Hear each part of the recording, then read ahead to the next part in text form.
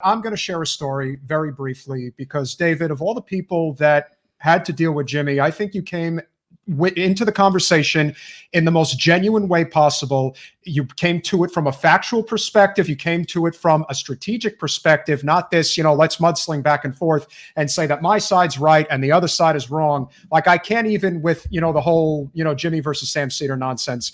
The issue that I have, and this goes back over a year, and we seldom didn't want to tell the story because we don't want to get involved in the drama.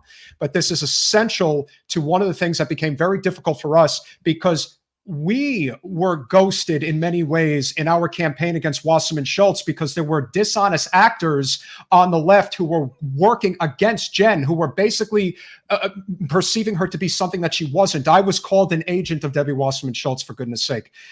What did end up happening that I think a lot of people need to know, and this story needs to get out there. Jimmy came down here a year ago for a comedy show in Miami. And I would say for the 2 hours that he was on stage, and mind you, I know Jimmy on a personal level. I had dinner with him in Chicago. So I texted him to let him know that we would be at the show.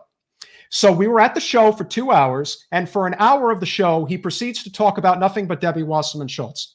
By the time the show was over, he not only does not even acknowledge the fact in front of 500 people, mind you, he is very popular. He gets a lot of people out to his shows. It was full. It was definitely full house, yeah. He not only did not mention that Jen was in the audience and could have easily said, this would have been infinitely more valuable than of ever going on his show. Just the opportunity to say, Jen Perlman running against Debbie Wasserman Schultz. How many people probably would have signed up to volunteer on the campaign? That was like almost in our district. Would have phone banked. Oh, it was like 10, 15 But you need to get back to the best part of the story. But the best part of the story was not only did he not mention that Jen was there, he had Tim Canova, who was in the audience, stand up and take a bow to the crowd. If that wasn't a slap in Jen's face, I don't know what is. But it was done in such deliberate fashion. And I'm thinking, he did it very spitefully to hurt me. We're trying to beat maybe of all the people, and you really know what goes on the Hill.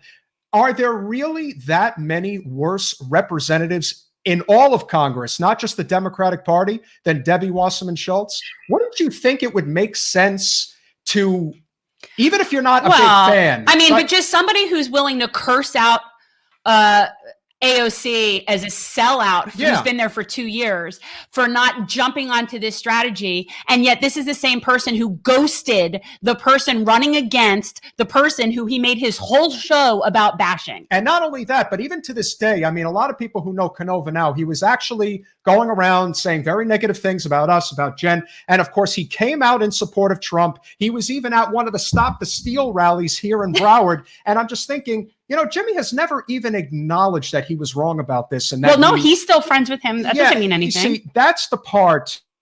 But basically Tim was telling everybody that Peter that was a plant for Debbie and that I took George Soros money. And basically as a result of Tim saying that, Jimmy ghosted us and purposefully just did not even mention our existence, no matter how often he talked about Debbie. Like, I never would have minded Jen even having gone on Jimmy's show, but just the fact that he never even mentioned the fact that he was here and the fact that he really could have made a difference for us just by a slew of new volunteers who easily would have come on board and would have given us this opportunity. Jen still managed to get as many votes as Tim did with 10% of the money. I mean, it's absolutely incredible. And I gave him a really expensive pack of weed gummies that I brought as like a nice gesture. And you know what, to be honest with you, I'm annoyed about that. I should have never given him those because that was even after the show. But the point is, for those people out there who think that this is a real fighter for all, that that Jimmy is not above criticism. Hypocrisy. We can tell you that, and again, Jen does not get involved with any of this stuff. I didn't want to talk about it. I hate talking about it. It's infuriating. But don't think that Jimmy hasn't done things that aren't. I don't want to say nefarious. That's not the word I would use. Counterproductive. Thanks for watching.